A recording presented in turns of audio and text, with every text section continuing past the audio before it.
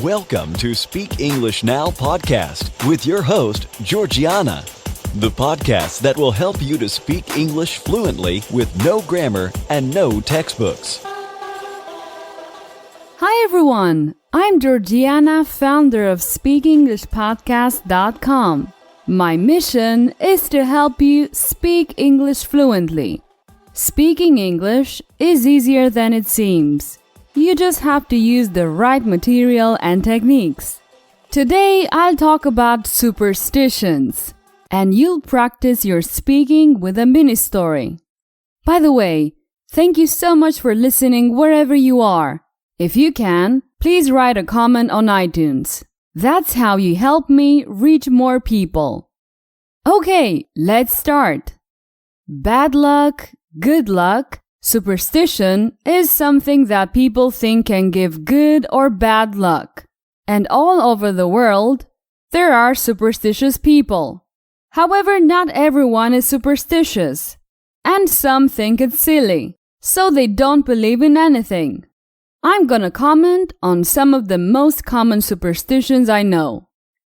Number 1. Finger crossing. If you cross your fingers, in theory, you avoid bad luck. For example, I'm going to cross my fingers to win the lottery. Number 2. Touching or knocking on wood. This is also quite common. The expression to touch wood means that you don't want something bad to happen. For example, my friend Laura can't find a job. Well, touch wood. I need to find a job soon. Number 3. Cast the evil eye. This expression means that someone wishes you bad luck, something bad. When you're unlucky for a while, you could say, "It looks like someone has cast the evil eye on me." Number 4. Friday 13th is a date that a lot of people think is bad luck. So people try to avoid this number. Number 5. The groom can't see the bride before the wedding. This is also very common. Certainly, there are people who believe a lot in this superstition. Number 6. Throwing rice to newlyweds. This is very often done. Guests throw rice at newlyweds. They say it's good luck. Number 7. Open the umbrella inside the house. Also a classic. Don't open the umbrella if you don't want to be unlucky and hit someone in the eye. Number 8. Black cats bring bad luck. While most cat lovers don't agree with this superstition, in the Middle Ages, some people believed that witches kept black cats as companions. Some even believe that these kittens could become witches or demons after 7 years. Number 9. Finding a horseshoe is believed to bring good luck, and in many cultures, a horseshoe is the luckiest symbol of all. If you find one of these good luck charms, make a wish and throw it over your left shoulder and leave it where it lands. Number 10. Breaking a mirror brings bad luck. Many superstitious people say that breaking a mirror gives you 7 years of bad luck.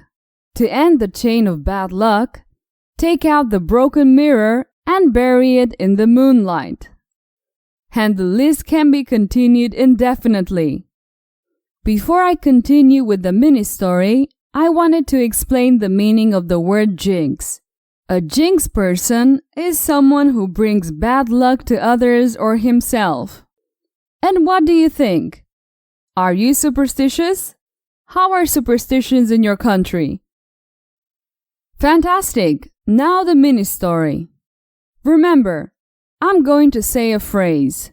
Then I'm gonna ask questions. After each question, you can answer it out loud. Then I'll say the answer so that you can practice like in a conversation. Stella was very superstitious. Was Stella a jinx?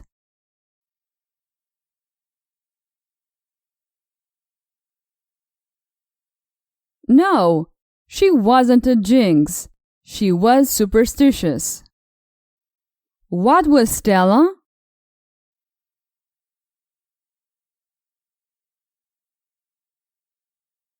Superstitious. Stella was very superstitious.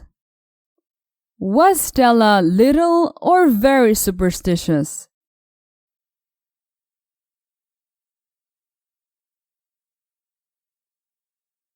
Very superstitious.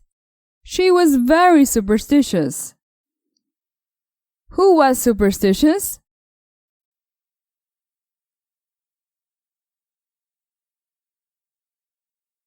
Stella. Stella was superstitious. What did Stella believe in?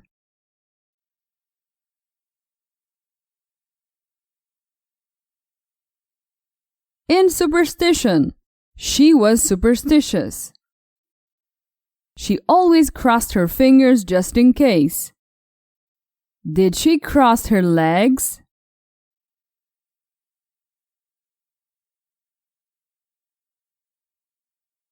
No.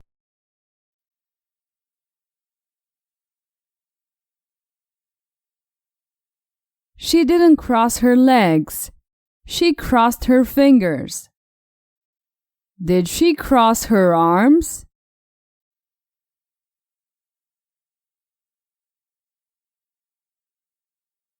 No, not at all. She didn't cross her arms. She crossed her fingers. What did she cross?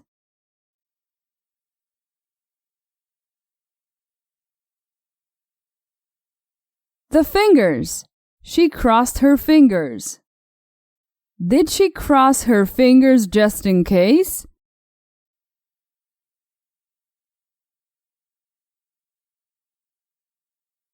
Yes, she crossed her fingers just in case. Why did she cross them?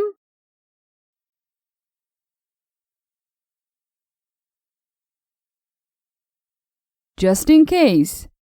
She crossed them just in case. Stella was afraid that someone would cast the evil eye on her. Was Stella afraid of anything?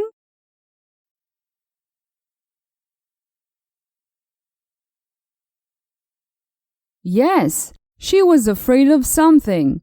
She was afraid that someone would cast the evil eye on her. What was Stella afraid of?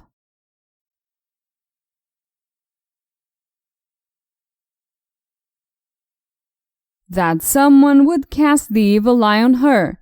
She was afraid of that. Who was afraid?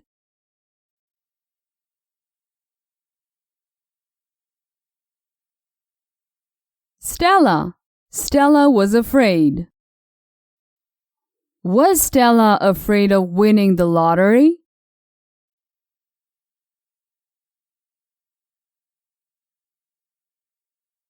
No, Stella wasn't afraid of that.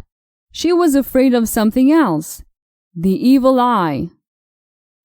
One day, Stella stopped being superstitious because she was tired of it. Did Stella stop being superstitious?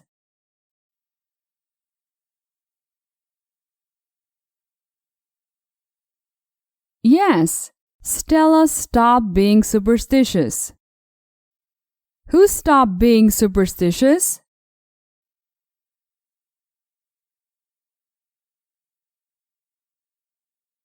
Stella. Our friend Stella stopped being superstitious.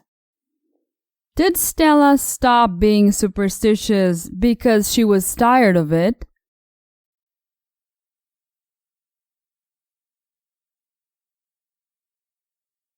Yes, she stopped being superstitious because she was tired of it. What was she tired of?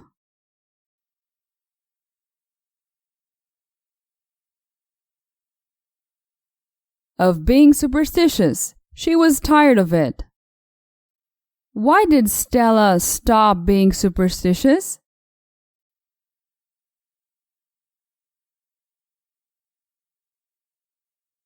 because she was tired of it.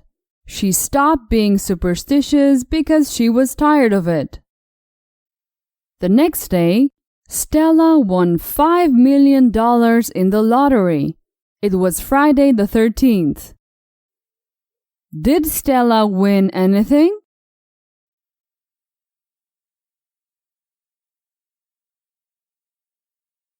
Yes, she won the lottery. She won $5 million. How much money did she win in the lottery?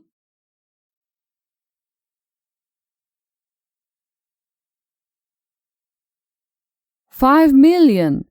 $5 million. She won that money in the lottery.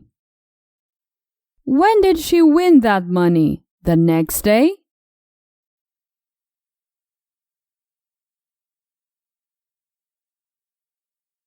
Yes, the next day.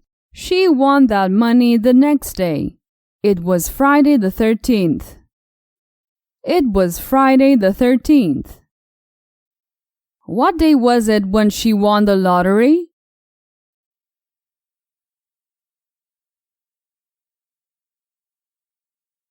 Friday the 13th.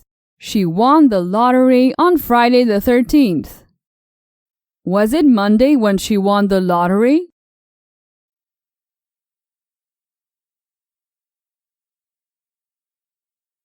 No, it wasn't Monday.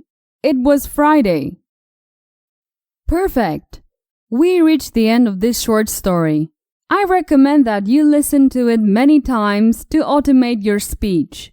Unfortunately, because of time limitations, I don't develop this story even further. But you can see how effective it is. I use this technique in my courses. Here you have only listened a few minutes. But in my programs, you can listen to stories that last for hours. One of the most popular courses is the Fluency course, which you can find at fluency.speakenglishpodcast.com. Well, let's continue. Today, I'd like to comment briefly on the importance of an ebook reader such as Kindle in learning English.